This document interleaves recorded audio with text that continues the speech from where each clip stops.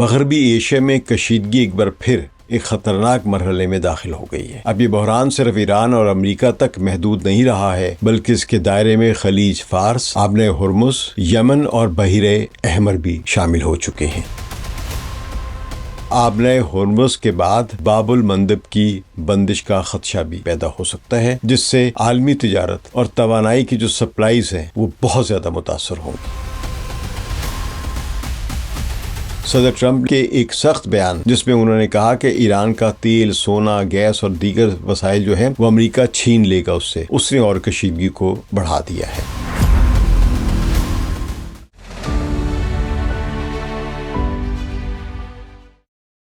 ثقلین امام کا سلام قبول کیجیے۔ مغربی ایشیا میں کشیدگی ایک بار پھر ایک خطرناک مرحلے میں داخل ہو گئی ہے۔ اب یہ بحران صرف ایران اور امریکہ تک محدود نہیں رہا ہے، بلکہ اس کے دائرے میں خلیج فارس، آبنۂ ہرمز، یمن اور بحیرہ احمر بھی شامل ہو چکے ہیں۔ لبنان اور اسرائیل تو پہلے سے شامل ہیں۔ اگر یہ صورتحال مزید بگڑتی ہے تو آبنۂ ہرمز کے بعد باب المندب کی بندش کا خدشہ بھی پیدا ہو سکتا ہے، بلکہ ماہرین کے مطابق یہ کسی بھی وقت بند ہو سکتی ہے، جس سے عالمی تجارت اور توانائی کی جو سپلائیز ہیں وہ بہت زیادہ متاثر ہوں گی۔ تو اس پس منظر میں یہ 3 حصوں پر مشتمل تجزیاتی سلسلہ جو ہے آپ کے سامنے پیش کیا جا رہا ہے۔ تو بات کچھ یوں ہے کہ گزشتہ 24 گھنٹوں میں ایران کے جنوبی ساحلی علاقوں جن میں بندر عباس، جاسک، بوشہر، بندر کنگان، چابہار، کیش، قشم اور ابو موسیٰ جزیرہ جو ہے یہ شامل ہیں، جہاں پہ دھماکوں اور حملوں کی اطلاعات سامنے آئی ہیں۔ ہرمزگان کے حکام نے بندر عباس کے مغربی حصے میں ایک پروجیکٹائل گرنے کی تصدیق کی ہے، جبکہ برطانوی ادارے جو ایک ہے UKMTO، یونائٹڈ کنگڈمز میری ٹائم آرگنائزیشن جو ہے، اس نے عمان کے ساحل کے قریب ایک بحری واقعے کی اطلاع دی ہے، یعنی کسی کو حادثہ پیش آیا ہے، جس کا مطلب یہ لیا جاتا ہے کہ کسی نے اس جہاز پر حملہ کیا ہے یا کوئی ایسا واقعہ کہ جہاز رک گیا ہے۔ تو متحدہ عرب امارات نے دعویٰ کیا ہے کہ عمانی پانیوں میں اس کے 2 آئل ٹینکروں پر میزائل حملے ہوئے ہیں، جن میں 1 شخص ہلاک اور 8 زخمی ہوئے ہیں۔ اس دوران بحرین سے ایران پر ہائی مارس راکٹ داغے جانے کے دعوے بھی سامنے آئے ہیں، تاہم ان کی آزادانہ تصدیق نہیں ہو سکی ہے۔ یہ دونوں طرف سے حملوں کی واقعات یا خبریں جو وہ آ رہی ہیں۔ امریکی صدر ڈونلڈ ٹرمپ نے کہا ہے کہ ضرورت پڑنے پر امریکہ نتنز کے قریب ایران کی انتہائی محفوظ زیر زمین جوہری تنصیبات پک ایکس ماؤنٹین کو بھی نشانہ بنا سکتا ہے، جسے بعض تجزیہ کار ایران کے حساس جوہری پروگرام کا اہم ترین مرکز قرار دیتے ہیں۔ ادھر یمن میں سعودی فضائی حملوں کے بعد یمنی مسلح افواج کے ترجمان جنرل یحییٰ سری نے اعلان کیا ہے کہ جواب میں ابہا انٹرنیشنل ایئرپورٹ اور کنگ خالد ایئر بیس کو بیلسٹک میزائلوں اور ڈرون سے نشانہ بنایا گیا ہے۔ یمنی وزارت خارجہ نے بھی سعودی عرب کو اس کشیدگی کے نتائج کا ذمہ دار قرار دیا ہے اور بین الاقوامی فضائی کمپنیوں کو سعودی فضائی حدود استعمال نہ کرنے کی وارننگ دی ہے۔ اس دوران ایک ایرانی طیارہ سعودی دھمکیوں کے باوجود یمن کے ایک شہر جو کہ پورٹ سٹی کہلاتا ہے حدیدہ وہاں لینڈ کر گیا ہے۔ تو امریکی نیوز ویب سائٹ ایکسیوس کے مطابق صدر ٹرمپ نے سعودی ولی عہد محمد بن سلمان سے گفتگو میں یمن کے خلاف سعودی کارروائیوں کی حمایت کی ہے اور ان کی تعریف کی ہے، جبکہ صدر ٹرمپ کے ایک سخت بیان جس میں انہوں نے کہا کہ ایران کا تیل، سونا، گیس اور دیگر وسائل جو ہیں وہ امریکہ چھین لے گا اس نے اور کشیدگی کو بڑھا دیا ہے۔ تو اب سب سے اہم سوال یہ ہے کہ اگر یمن کی جنگ مزید پھیلتی ہے تو کیا آبنۂ ہرمز کے بعد باب المندب بھی بند ہو سکتا ہے؟ آبنۂ ہرمز کے بند ہونے کی وجہ سے 12 جولائی سے ایک بھی بحری جہاز یہاں سے نہیں گزرا ہے اور اب باب المندب کے بند ہونے کا بھی خطرہ ہے۔ تو اگر ایسا ہوا تو خلیج فارس اور بحیرہ احمر کے دونوں اہم بحری راستے متاثر ہوں گے، جس کے اثرات پوری عالمی معیشت، تیل کی منڈی اور بین الاقوامی تجارت پر مرتب ہوں گے۔ تو یہی اس 3 حصوں پر جو ہمارا تجزیہ ہے اس کا بنیادی موضوع ہے، اور اس تجزیے کی سیریز میں ہم نے سمجھنے کی کوشش کی کہ آبنۂ ہرمز اور باب المندب کیوں عالمی سیاست کا مرکز بن چکے ہیں ایران، امریکہ، سعودی عرب اور یمن کے درمیان تازہ کشیدگی کس سمت جا رہی ہے، اور یہ بحران آنے والے مہینوں میں دنیا کی سیاست اور معیشت کو کس طرح تبدیل کر سکتا ہے۔ دنیا کی تاریخ میں بہت کم ایسے واقعے آتے ہیں یا مواقع آتے ہیں جب ایک ہی وقت میں عالمی تجارت کی دو اہم ترین شاہراہیں یا آرٹریز جو ہیں وہ خطرے میں ہوں، لیکن اس وقت مغربی ایشیا میں حالات کچھ اسی طرف بڑھتے دکھائی دے رہے ہیں۔ اگر آپ نے ہرمز اور باب المندب دونوں کسی بھی درجے پر، یعنی 100% بھی نہیں، اگر کسی بھی حد تک بند ہو جائیں یا ان میں شپنگ متاثر ہو جائے تو اس کے اثرات صرف مشرق وسطیٰ تک محدود نہیں رہیں گے، بلکہ ایشیا، یورپ، افریقہ اور امریکہ سمیت پوری دنیا، فار ایسٹ ایشیا، ہر طرف اس کی لپیٹ میں آ سکتے ہیں یہ سارے کے سارے علاقے، کیونکہ جس کے معاشی اثرات ہوں گے۔ آپ نے ہرمز خلیج فارس کو بحر عمان سے ملاتی ہے اور اس کے بعد بحر ہند سے ملا دیتی ہے۔ دنیا کی تیل اور لیکوڈ گیس کے ایک بڑا حصہ اسی راستے سے عالمی منڈیوں تک پہنچتا ہے۔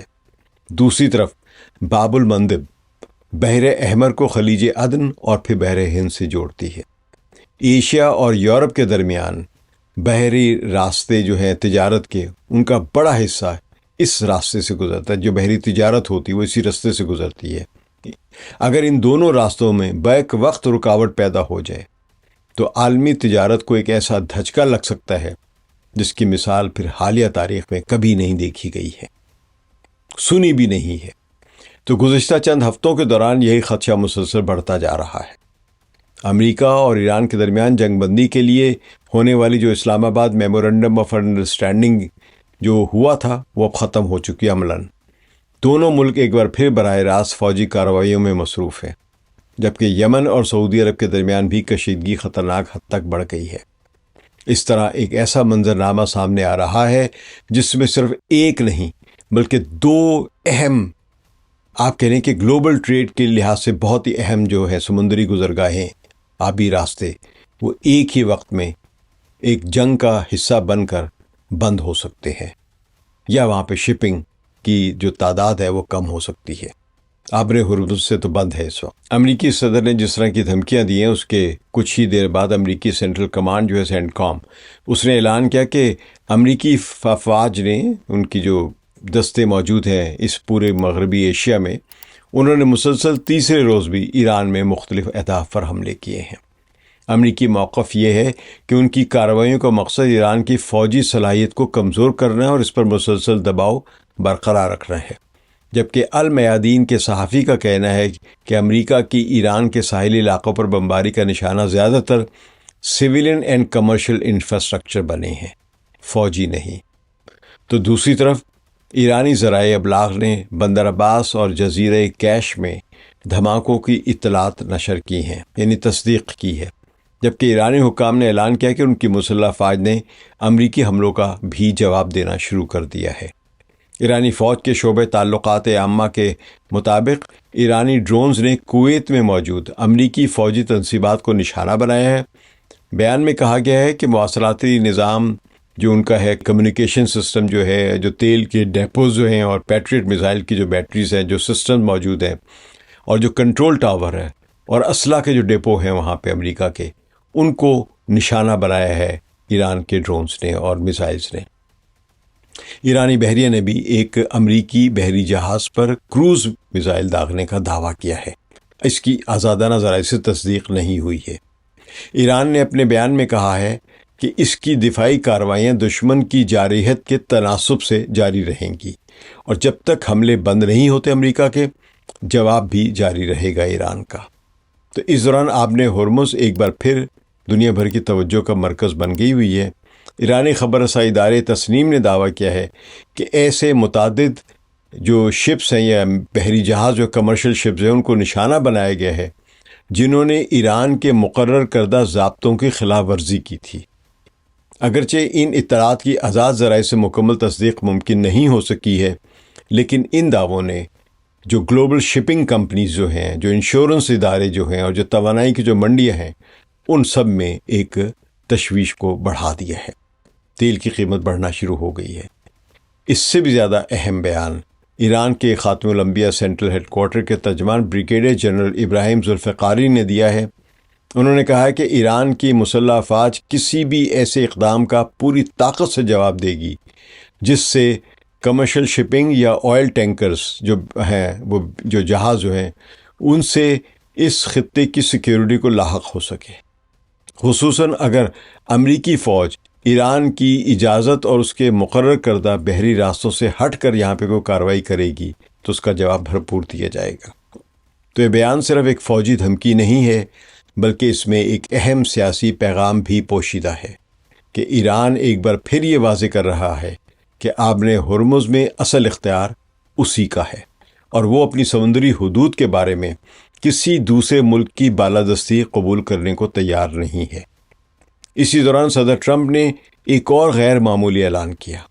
انہوں نے کہا کہ ایران اب آبِ ہرمز کا گارڈین نہیں ہے، بلکہ اب امریکہ گارڈین ہے، یعنی امریکہ محافظ ہوگا آبِ ہرمز کا، اور اس راستے سے گزرنے والے تجارتی جہازوں سے 20% فیس وصول کی جائے گی تاکہ سیکیورٹی کے اخراجات پورے کیے جا سکے، یہ صدر ٹرمپ نے کہا ہے۔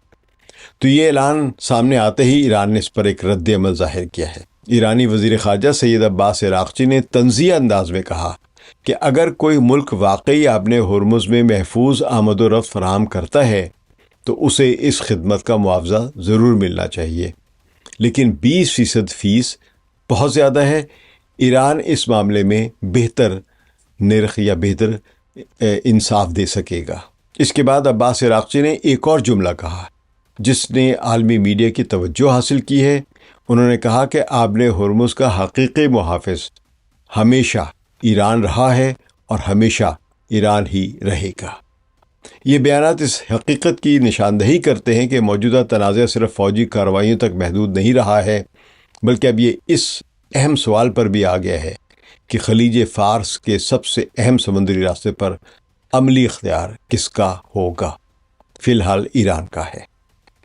تو عالمی منڈیوں میں بھی اس کے اثرات ظاہر ہونا شروع ہو گئے ہیں۔ جو جہاز رانی کی انشورنس کمپنیز ہیں، انہوں نے انشورنس کا پریمیم بڑھا دیا ہے، میں نے پہلے بھی عرض کیا تھا 400 گنا بڑھا دیا ہے۔ بحری کمپنیوں کے لیے خطرات بڑھ رہے ہیں، جبکہ توانائی کے شعبے میں مستقبل کے بارے میں غیر یقینی صورتحال مسلسل گہری ہوتی جا رہی ہے۔ اگر یہ بحران مزید پھیلتا ہے تو صرف تیل ہی نہیں بلکہ خوراک، صنعتی خام مال، سمندری تجارت اور عالمی سپلائی چین بھی شدید متاثر ہو رہی ہے۔ اور یہ آبِ ہرمز کے بعد اگر باب المندب بھی بند ہوتا ہے تو سمجھ لیجئے کہ یہ جلتی آگ پر تیل کا کام ہوگا عالمی معیشت کے لیے۔ لیکن اسی دوران ایک اور خطرہ بھی تیزی سے سر اٹھا رہا ہے، اور وہ شاید آبِ ہرمز سے بھی زیادہ پیچیدہ ثابت ہو سکتا ہے۔ یہ خطرہ یمن اور سعودی عرب کے درمیان دوبارہ بھڑکتی ہوئی کشیدگی کی وجہ سے پیدا ہو رہا ہے۔ اگر ایران آبِ ہرمز پر مزید دباؤ برقرار رکھتا ہے تو دوسری طرف یمن میں انصار اللہ وہ بھی یعنی حوثی وہ بھی باب المندب میں شپنگ کو محدود کرنے یا پابند کرنے کی طرف بڑھتے ہیں اور کوشش کریں گے پھر وہ، تو اس صورت میں دنیا کو پہلی بار بیک وقت 2 عالمی سمندری گزرگاہوں کے بحران کا سامنا کرنا پڑ سکتا ہے۔ یہی وہ منظرنامہ ہے جسے واشنگٹن، یورپی دارالحکومتوں اور عالمی توانائی کی منڈیوں میں سب سے بڑا ایک ڈراؤنا خواب سمجھا جا رہا ہے۔ تو اسی سوال کا تعلق نہ صرف یمن کی جنگ سے ہے بلکہ سعودی عرب کے مستقبل، عالمی تیل کی تجارت، بحیرہ احمر کی سلامتی اور پوری مغربی ایشیا کی نئی طاقت کی سیاست سے بھی بنتا ہے، اس کا تعلق بنتا ہے۔ آئندہ چند دنوں میں صاف ظاہر ہو جائے گا کہ ایران کی زیر قیادت ایکسس آف ریزسٹنس اور امریکہ کی زیر قیادت ایکسس آف امپیریلزم میں کون زیادہ طاقتور ثابت ہوتا ہے۔ یہاں صرف اتنا ضرور بتا دوں کہ آبِ ہرمز سے روزانہ تقریباً 2 کروڑ سے 2 کروڑ 10 لاکھ بیرل خام تیل یعنی کروڈ آئل گزرتا ہے، جو کہ عالمی تیل کی کھپت کا تقریباً 20% ہے۔ تو اسی راستے سے دنیا کی سمندری راستوں کے ذریعے جو منتقل ہونے والی LNG ہے یعنی مائع قدرتی گیس جو ہے، اس کا تقریباً 20% سے 25% کا حصہ گزرتا ہے۔ اب تو بند ہے، لیکن جب گزرتا ہے تھا تو اتنی تعداد میں گزرتا تھا۔ تو آبِ ہرمز سے گزرنے والی توانائی کی سالانہ مالیت کا اندازہ تقریباً 500 سے 700 ارب ڈالر لگایا جاتا ہے۔ ظاہر ہے کیونکہ آئل اینڈ گیس کے ریٹس بدلتے رہتے تو اس لیے یہ تخمینہ اتنا فرق ہے اس میں 500 سے 700 ارب ڈالر کا۔ تو باب المندب سے روزانہ تقریباً 80 لاکھ سے 90 لاکھ بیرل کروڈ آئل اور پیٹرولیم مصنوعات گزرتی ہیں۔ تو دنیا کی تقریباً 10 سے 15% جو آپ کہہ لیں کہ جو سمندری تجارت ہے، اور تقریباً 12% جو آپ کہہ لیں کہ جو کنٹینر دنیا بھر میں جو بحری جہازوں پر لاد کر ان کی تجارت ہوتی ہے، 12% وہ اسی راستے سے گزرتے ہیں۔ تو باب المندب سے گزرنے والی سالانہ تجارتی مالیت کا اندازہ تقریباً $1 ٹریلین سے زائد ہے۔ آبِ ہرمز اور باب المندب دونوں راستوں سے مجموعی طور پر روزانہ تقریباً 2 کروڑ 80 لاکھ سے 3 کروڑ بیرل جو ہے یعنی وہ گزرتا ہے یہاں سے، اور پیٹرولیم مصنوعات یہ ملا کے گزرتی ہیں یہاں سے۔ تو دونوں راستوں سے گزرنے والی توانائی اور تجارتی سامان کی مجموعی سالانہ مالیت کا اندازہ تقریباً 1.5 سے 2 ٹریلین ڈالرز لگایا جا رہا ہے۔ 1 ٹریلین ڈالر میں 1000 ارب ڈالر ہوتے ہیں۔ 1 ٹریلین ڈالر میں اتنی بڑی تعداد ہے۔ تو یہ ایک طویل تجزیہ جو ہے جسے ہم 3 حصوں پر پیش کر رہے ہیں، آپ نے اس کا پہلا حصہ سنا ہے جس میں ہم نے آبِ ہرمز کے گرد بڑھتے ہوئے بحران اور عالمی معیشت کے لیے اس کے ممکنہ نتائج کا جائزہ لیا ہے۔ اگلے حصے میں ہم یمن، سعودی عرب، باب المندب اور لبنانی online magazine the Cradle کے تجزیہ گاروں کی جو ایک تفصیلی گفتگو ہے اس کی روشنی میں یہ سمجھنے کی کوشش کریں گے کہ یہ بحران کس طرح ایک وسیع تر علاقائی جنگ میں تبدیل ہو سکتا ہے۔ تب تک کے لیے ثقلین امام کو اجازت دیجیے۔ خدا حافظ۔